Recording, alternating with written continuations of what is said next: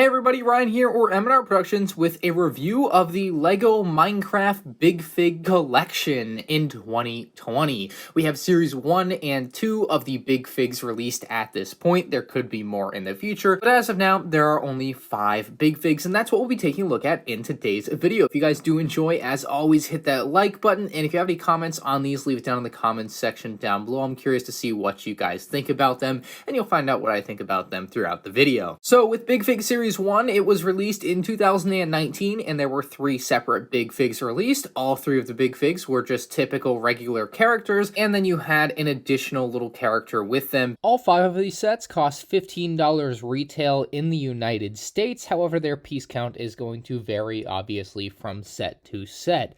Let's take a look at each Bigfig individually. First up is Steve with his Parrot here. Steve looking quite beautiful in his classic Minecraft uniform. What I'll say about these guys is they look really good on the front side. Pretty accurate to what you see actually in Minecraft. I really like that. They even went out of their way and printed the 2x4 tile on the front for Steve's face. Looks beautiful, just like Minecraft, and I really like that. They actually have a iron pickaxe for him that he can hold there, and it can actually be moved with this little thing in the back. You can move his arm just like that. Pretty simple to do. But I will say the backside of these figures are where they fall apart. I mean, that is an ugly look, and I wish there was a good way for them to tile this off, to be honest, because I think it would look really good if the front and the back were tiled off. Like, I just really do, but unfortunately that's just not how it is. And if you plan on looking at the backside of these characters, they're gonna look very good.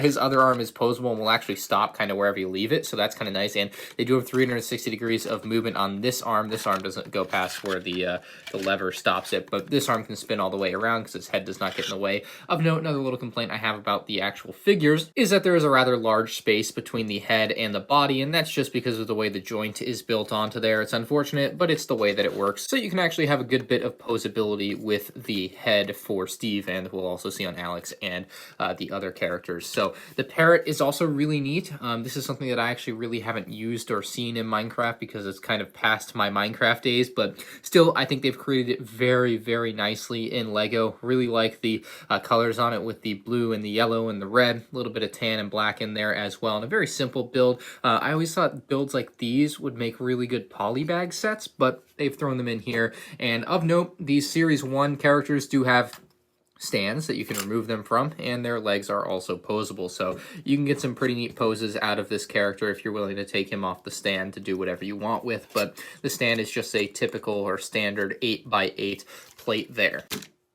Next up is Alex with the chicken. She has a diamond sword, a very nice looking diamond sword, a two-tone blue color on that diamond sword as well. Looks absolutely gorgeous. Her outfit is wonderful. Her hair drops down onto her body, which is really nice to see. Much like Steve, she has that printed face on the 2x4 tile, so that's pretty neat as well. Her right arm is fully posable like Steve's, and the left arm is a limited range of motion there because of the lever, so you get about 45 degrees of motion with that to have her attack with the sword. And I will say, if you really want to, you can pull that off and put it back on at a different angle and have her hitting with a different angle, but it's not quite going to be as useful. But that is an option for you if you really do want to use that in a different way than what they have you using it as you build it. Her head, much like Steve's, is just a little bit too far off for me, but it does give you a nice range of motion with that ball joint there, and you can remove her from her regular gray stand here and have the legs be posable as well, just like with Steve. So pretty simple stuff there for Alex, pretty similar to Steve. And then you actually get the chicken, who is really cool. I thought this one would be the best poly bag and sell like hotcakes, but again, they included it in the set like this.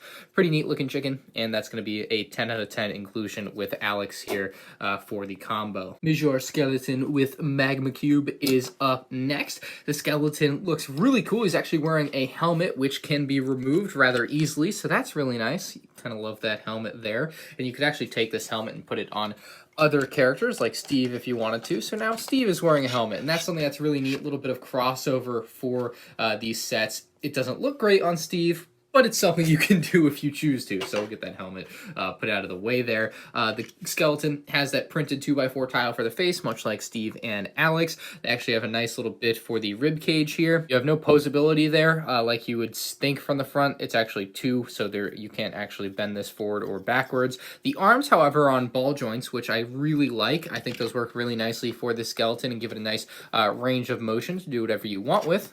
Same with the right arm, which has the bow and arrow here. Looks quite beautiful. And what you'll notice on the bow and arrow is that they actually included a play function with a spring-loaded missile. Isn't that pretty cool? So it's actually a brown spring-loaded missile to represent an arrow with the bow and arrow here. And we could just shoot that at my hand real quick. So that is a really nice spring-loaded shooter. I've never seen them in brown, so that's a really neat piece to get in this set. Backside of the skeleton looks like you would expect, just the open, exposed bottom side of plates. He's on a dark red stand, which you can remove him from and get some posability out of the legs there. So that's what you can expect from the skeleton. And we accidentally shoot off his bow and arrow there. The magma cube is pretty special as well. Printed 1x4 tile for its eyes, and then it can open and close its mouth or move or whatever you want to call that type of motion there. But that's actually something really neat that LEGO was able to build into that. So really like the magma cube. Great addition for your skeleton here, which is going to go nicely within the nether. Although skeletons typically aren't found in the nether. Typically you think of them as an overworld thing, so I find this one to be a little bit off-putting, but still good enough, I suppose. Maybe he's guarding a nether fortress, I guess. So as Series 2 came around, something that they changed fundamentally about these characters is that in-game, a Minecraft creeper would be the same height as your actual characters like Steve here, but he is obviously significantly shorter, so that is kind of an interesting thing to see going on. And another thing they did was they took away the stand from these newer characters. And granted, they are no longer humanoid characters with the creeper and the pig coming up, but still kind of interesting change in philosophy here for these sets. Now, I think this is easily the best of the big figs here with the creeper. It's going to be the best selling one. It's a really good, well done model. They've really introduced those changes in speckles of color throughout the body of this guy. Posable legs are really going to be killer here for this guy. Unlike the minifigure, the legs are posable, and that is awesome.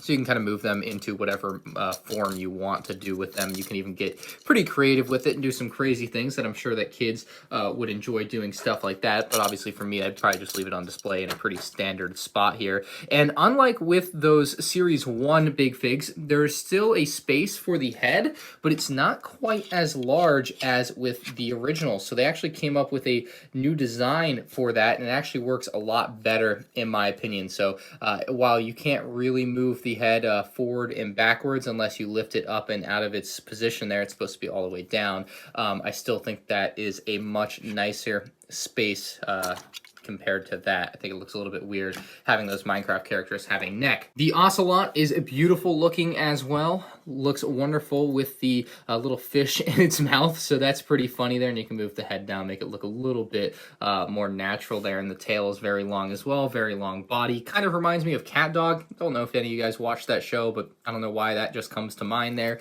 with that very elongated body. Anyway, let's move on to the final Series 2 big fig. And that's going to be this very cute pig with baby zombie. The pig is wonderful looking as well. I'm sure you can just hear that oinking. You can see they got the printed 2x4 tile with the eyes on it, and a printed 1x2 tile for the snout of the pig. The connection for the head to the body is really good on this one, in my opinion. I think the connection on Series 2 is much better than what we were looking at with Series 1 for Steve and Alex. I just think the necks looked a little bit weird, but anyway, the legs can move in any position you want as well, because they're on ball joints, so that's really nice to see. You can have it do literally whatever you want within reason so that it can still balance. Not too many bottom side of tiles exposed, so that's nice as well. Baby creeper. Zombie, not creeper, you idiot. Is what you would expect. It's actually in a 2x3 tile here, so it's not quite as wide as the actual other characters who are 4 wide, so you can kind of see the size difference there for it being a baby. And you got the printed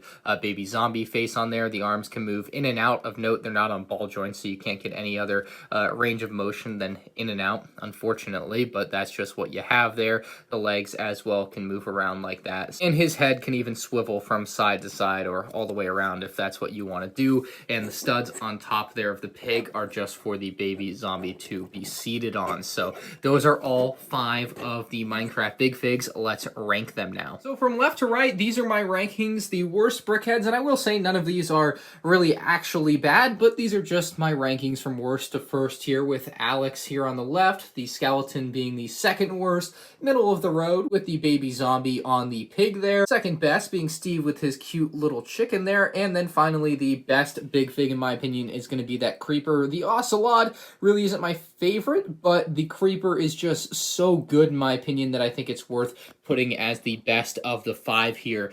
Just my personal opinion there. So Big Fig Series 1, obviously fundamentally different from Series 2. It's just going to come down to personal preference as to which one you may want more than the other. I would definitely recommend trying to pick up the creeper at full price if you have to, but you could probably get any of these on sale. I know a lot of Walmarts were clearancing out Series 1 for about $3.50 each, which at that point you may as well buy them all, right? And I recently purchased Series 2 on sale at Target for $12 each, so that was still a pretty good deal. I didn't pay full price for these, so that's nice. But yeah, you could definitely pick up 1 or 2 of these and be pretty satisfied in my opinion. I don't see a necessity to quite collect them all unless you're super into Minecraft. In that case, that's fine. But those are all 5 Minecraft Big Figs. Each one is good in their own right, and I'm sure you guys will have your favorites, so you can vote on the poll on the top right of the screen right now for which Big Fig is your favorite. And let me know what you think LEGO should do in the future for more Minecraft Big Fig sets, because I'm sure these will continue